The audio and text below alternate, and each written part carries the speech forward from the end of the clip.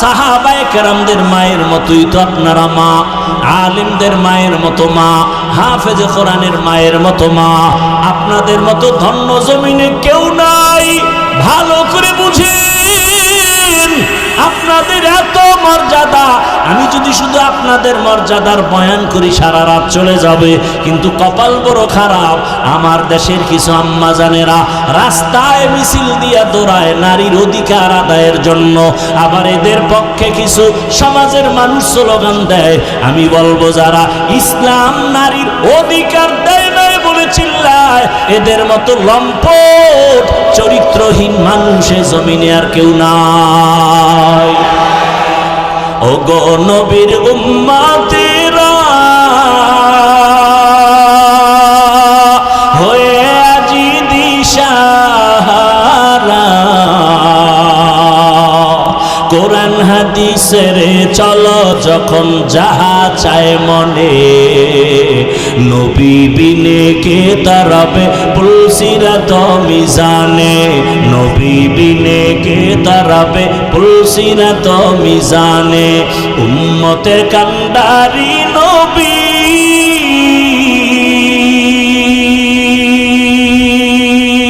কাঁদছেন উম্মতের লাগে,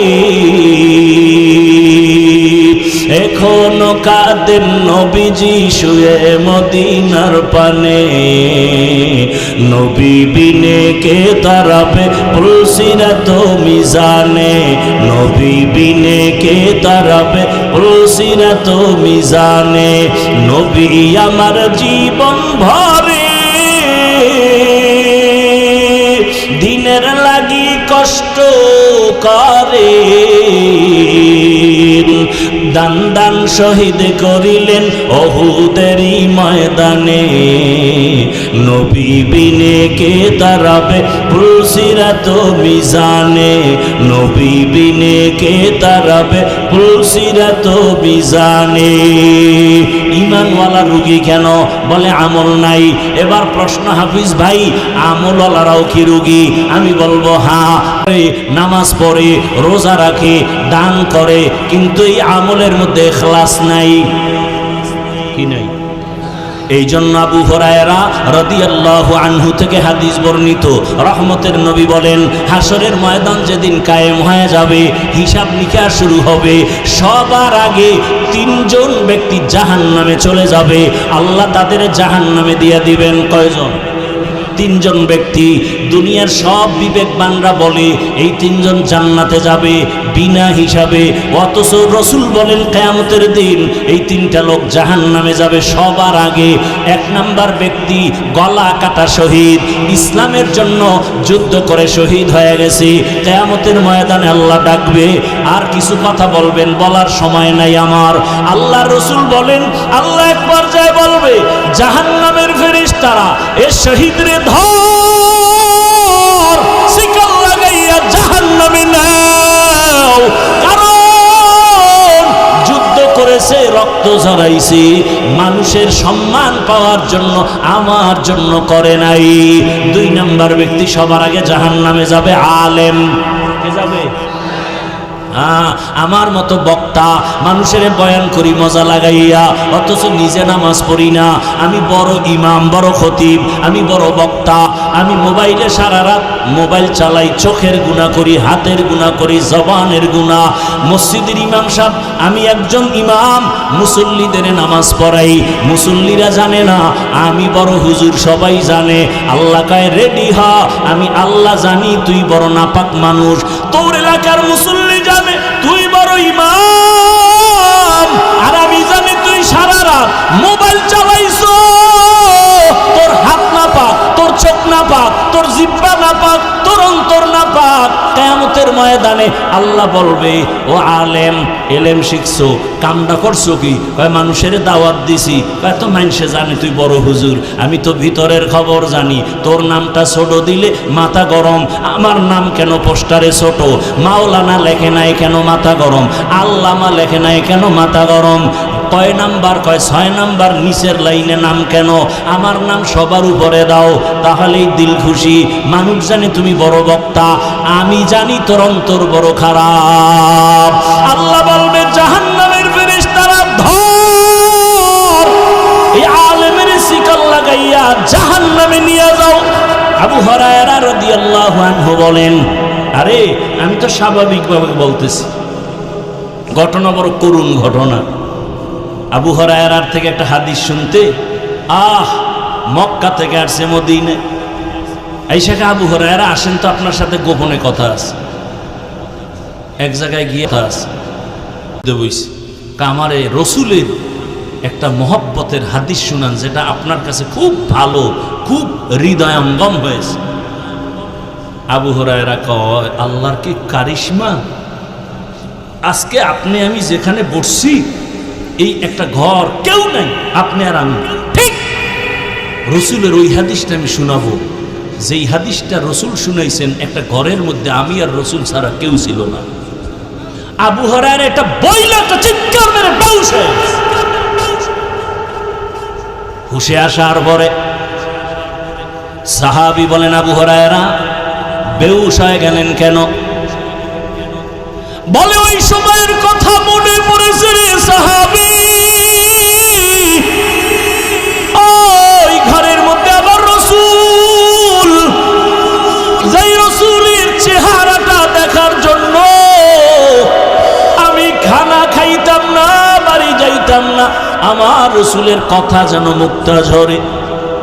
না খাইয়া ক্ষুধার তৃষ্ণায় রাস্তায় পড়ে গেছে, মানুষ আমারে পাড়ায় গেছে। রসুল আমার একটা ঘরে বসাইয়া এমন তাওয়াজ্জু দিয়েছে, রসুল আমার এমন বরকত দিয়েছে। রসুল ওই ঘরের মধ্যে বৈশা হাদিসটা আমারে শোনাইছে, বইলা আবার একটা চিৎকার মাইরা বেহুশ হয়ে গেছে। সাহাবী বেকারার হয়ে গেলেন, বিষয়টা কিনা জানি। আবার আবু হুরায়রা মরে যায়। কয়বার বেহুশ হইল? আবার হুশে আসছেন। আবু হুরায়রা আপনি বেহুশ হয়ে গেলেন 2 বার, কারণ কি? বলে, আমার রসুলের মায়া অন্তরে ধাক্কা লাগাইছে। এইরকম এক নির্জন ঘর, আমার রসুল আর আমি ছাড়া কেউ ছিল না। রসুল আমাকে যেই হাদিসটা সেই দিন শুনাইছেন, ওইটাই শুনাবো। এটা বইলে আবার বেহুশ, চিৎকার মেরে বেহুশ। 3 বার বেহুশ হইয়া এই হাদিস শুনাইলেন, এই যে ঘটনাটা শুনাইলাম। আবু হুরায়রা কান্না করে, রসুল বলছেন কিয়ামতের দিন গলা কাটা শহীদ জাহান্নামে যাবে। জাহান্নামে সবার আগে 3 জন ব্যক্তি ঢুকবে, সবার আগে। এর মধ্যে একজন শহীদ, আর একজন আলেম, আর একজন হবে মাদ্রাসা মসজিদে যারা দান করে দানবীর। এই দান করনেওয়ালা দানবীর কিয়ামতের ময়দানে সবার আগে জাহান্নামে যাবে। কেমন ভয়ঙ্কর হবে জাহান্নাম! মাদ্রাসায় দান করলেন, আল্লাহ বলবে টাকা পয়সা দিছি, করছো কি? কারে? এই যে মসজিদ বানাইছি, চাঁদপুরের জমিনে কত মাদ্রাসা, কত মসজিদ। হ্যাঁ, মানুষে তো জানে, তাই আমি তো তোর ভিতরের খবর জানি। টাকা দিছো 50,000, চায়ের দোকানে চাপাবাজি করছো, মসজিদ আমি কইরা দিছি। এরকম চাপাবাজ নাই? টাকা দেয় 50,000, কয় পুরা মাহফিল আমি করাইছি। টাকা দেয় 50,000, কয় মাদ্রাসা তো আমরা চালাই। এইরকম এহসান জিতলায় নেই। আল্লাহ বলবেন, ফেরেশতা ধর, শিকল লাগায় দানবীরের জাহান্নামে নিয়ে যাও। জাহান্নামে 3 ব্যক্তি সবার আগে ঢুকবে রে বাবা। তাহলে শহীদের অবস্থা যদি এমন হয়, আলেমের অবস্থা এমন হয়, দানবীরের অবস্থা এমন হয়, একটু চিন্তা করেন আপনার আমার উপায় কি হবে? একটু চিন্তা করেন। ও যুবক, কিসের আশায় আজকে আনন্দের ঘোড়া দৌড়াইতেছ? ফেসবুক চালাও, আকামি দেখো খালি, ভালো খবর কি দেখো না রে বাবা। কয়েকদিন আগে আমি বাইতুল্লাহর সফরে ছিলাম, সেই সময়ের ঘটনা। তোমাদের লক্ষ্মীপুরের খবর নাই? বিদেশ থেকে টাকার পাহাড়, স্বর্ণ অলংকার নিয়ে দেশে আসছে, গাড়িতে উঠছে স্ত্রী সন্তান সহ। বাড়ি যেতে পারে নাই, বাড়ি যাওয়ার আগে গাড়ি পানির মধ্যে পড়ে গেল। চোখের সামনে সন্তানও লাশ, চোখের সামনে স্ত্রীও লাশ হয়ে গেলে দেখো নাই, এরপরও গুনাহ করো। ঘুমের মধ্যে কত যুবকের লাশ, পানির মধ্যে কত যুবকের লাশ, গাড়ির চাকার তলে কত যুবকের লাশ। ও পর্দার আড়ালের আম্মা জানেরা, কয়দিন দুনিয়ায় বাহাদুরি করবেন? চাঁদপুরের এপার ওপার কয়টা মার্কেট আছে, কয়তলা আছে, কোন জায়গায় কি দোকান আছে, ঘুরতে ঘুরতে জীবন শেষ। স্বামীর টাকা গোপনে গোপনে গুনাহের কাজে ব্যয় করছেন। কত ধানে কত চাল মরার আগেই টের পেয়ে যাবেন। অশান্তি নেমে আসবে জীবনে। যুবকদেরকে বলবো, বাবারা, আল্লাহর কোরআন সিনায় লাগাও, আল্লাহর কোরআন পড়ো, রসুলের সুন্নতের মালা গলায় লাগাও। আমি একটু আগেই বলেছি, আমি একবারও বলবো না স্কুল ছেড়ে দাও, কলেজ ছেড়ে দাও, তাবলিগে যাও, পীরের কাছে যাও। বরং আমি বলবো তুমি ডাক্তার হও, কি হইও না, বেয়াদব হইও না। সব জায়গায় কথাটাই বলি। বলতে পারো হাফিজ ভাই বেয়াদব হব না, কথার ব্যাখ্যা কি? 3 জায়গায় বেয়াদবি করবা না, যদি করো মরার আগে তোমার জীবন ধ্বংস হয়ে যাবে। 1 নাম্বার জায়গা মা বাবা, 2য় জায়গা তোমার শিক্ষক, 3 নাম্বার জায়গা ওলামায়ে কেরাম মুরব্বী। এই 3 জায়গায় যদি বেয়াদবি করো, আল্লাহর জাতের কসম মরার আগে জীবন পঙ্গু হয়ে যাবে। মা বাবার বরদোয়া যদি লেগে যায়, জীবন ধ্বংস হয়ে যাবে। শিক্ষকের বরদোয়া যদি লাগাও, বরদোয়ার কারণে তোমার লেখাপড়ার জিন্দেগি ধ্বংস হয়ে যাবে। ও আল্লাহর বান্দারা, উলামায়ে কেরামের বরদোয়া যদি কপালে লেগে যায়, বাবা তোমার জিন্দেগি আর আদর্শ চরিত্র খুঁজে পাওয়া যাবে না। অতএব তুমি ডাক্তার হও, এই 3 জায়গায় বেয়াদবি করে বেয়াদব হইও না। তুমি ইঞ্জিনিয়ার হও, আদবওয়ালা ইঞ্জিনিয়ার হও। আর যদি বেয়াদবি করে ডাক্তার হও, তাসলিমা নাসরিনের মতো জুতার বাড়ি খাইয়া দেশ থেকে পালায়ে যেতে হবে। তাসলিমা নাসরিন কি এই শ্রীরামদির ডাক্তার নি? MBBS ডাক্তার, অনেক বড় শিক্ষিতা, কিন্তু বেয়াদবি করলো আল্লাহর সাথে, রসুলের সাথে, উলামায়ে কেরামের সাথে। এগুলি বলার সময় নাই, কিন্তু এমন বেয়াদবির কারণে এ দেশে থাকতে পারে নাই। এত কপাল খারাপ, মরার পরে লাশটাও দেশে আসবে কিনা বলার উপায় নাই। এই ডাক্তার না হইয়া রিক্সা চালায় খাওয়া কি ভালো? এই মিয়া, তুমি যদি বেয়াদবি করিয়া জুলুম করিয়া 10 তলা বিল্ডিং বানাও, ওই বিল্ডিং রাতারাতি উঠবে, রাতারাতি দখল হয়ে যাবে। তোমার জঙ্গলে ঘুমান লাগবে, বিল্ডিংয়ে ঘুমানের কপাল হবে না। এই বিল্ডিং এর দাম কি? তুফানের মতো আসছে, তুফানের মতো আবার চলে গেছে। ব্যাংকের মধ্যে কোটি কোটি টাকা রেখেছো, কি লাভ হবে যদি ওই টাকা নিজেও ভোগ করতে না পারো, সন্তানরাও না খাইতে পারে? এর সেই রিক্সা চালায় আলু ভর্তা দিয়ে খাইলেও শান্তি, কি ঠিক না? আল্লাহ হেদায়াত দান করুন, আল্লাহ হেদায়াত দান করুন। এরে আম্মা জানেরা, গাছ ভালো হলেই তো ফল ভালো হবে। আপনাদের সন্তানদেরকে যত বয়ান শুনাইছি, আপনারা যদি একটু চেষ্টা না করেন, কামিয়াবির দরজা খুলবে না রে আম্মা জান। এই দুনিয়াতে যত ভালো ভালো সন্তান আসছে মায়ের আদর্শের কারণে। এজন্যই তো বিশ্ব বরেণ্য দার্শনিক, জবরদস্ত গলিয়ে কামেল বুজুর্গ ইমাম গজালি রহমাতুল্লাহ আলাইহি লিখেছেন, প্রত্যেকটা সন্তানের জন্য শিক্ষিকা হলো প্রাথমিক তার মা। মা যা শিখায় তাই শিখে। মা সন্তানের শিখায় কি? কয় তুমি বিদায়বেলা সালাম দিয়ে কও আল্লাহ হাফেজ, সন্তান তাই শিখে। আর এক আম্মু শিখাইছে সালাম ঠালাম নাই, টাটা দাও টাটা। বাচ্চা কি শিখছে? কথা বলেন না কেন? টাটা দেয়। দেখবেন ঘরের আম্মা যান, আপনি যখন নামাজ পড়েন আপনার বাচ্চাটাও কিন্তু আপনাকে দেখে। আজান যখন হয়ে গেছে মাথার কাপড় টাইনা দিছেন, অজু বানাইছেন, দেখেন পরীক্ষা কইরা ওই বাচ্চাটাও কিন্তু মায়ের পাশে পাশে বাথরুমে যায়, ওয়াশরুমে গিয়া মাও অজু বানায়, বাচ্চা অজু বানায়। বাচ্চা অজু বানাইতে গিয়া হাফ গোসল কইরা ফেলাইছে, ও তো আর নিয়ম কানুন বোঝে না। মা আইসা যায় নামাজে দাঁড়াইছে, বাচ্চাও মায়ের পাশে যায় নামাজে দাঁড়াইছে। মা বুকের মধ্যে হাত বেঁধে তেলাওয়াত শুরু করেছেন, আলহামদুলিল্লাহি রাব্বিল আলামিন আর রহমানির রহিম মালিকি ইয়াউমিদ্দিন। বাচ্চা তো বুঝে না মা কি কয়, দেখে ঠোঁট নাড়ায়, বাচ্চাটাও মাছের মতো ঠোঁট নাড়ায়। দেখছেন নি কারবার? নামাজ নাই, বউ আনছেন ডানা কাটা ভরি, দেখবেন কচু ডানা কাটা ভরি লইয়েছে ঘরে, বুঝেন নাই তো? ডানা কাটা ভরি মানি ও ঘরে আইলি ডানা কাটবে। কিছুদিন আইয়া কয় তোর মায়ের ডানা ভালো না, কিছুদিন পরে কয় তোমার বাবার ডানাও ভালো না। এখন এই স্বামী কথা কর্মুখী কয় এই বাড়ি সেইরা শহরে ফ্ল্যাট লইয়া স্ত্রী এক রাস্তায় দৌড়ায়, স্বামী আর এক রাস্তায় দৌড়ায়। কিছুদিন পরে কয় তোর ডানাও ভালো না। ওরে ফকির বানাইয়া এইবার হিজরত করছে ভিন্ন দিক। কথা বলেন ঠিক নি? বড় কঠিন হালাত। এরে আমার যুবক, কত যুবকের ব্যবহার দেখলে মনে হয় রুমাল দিয়ে পা মুছাইয়া দেই।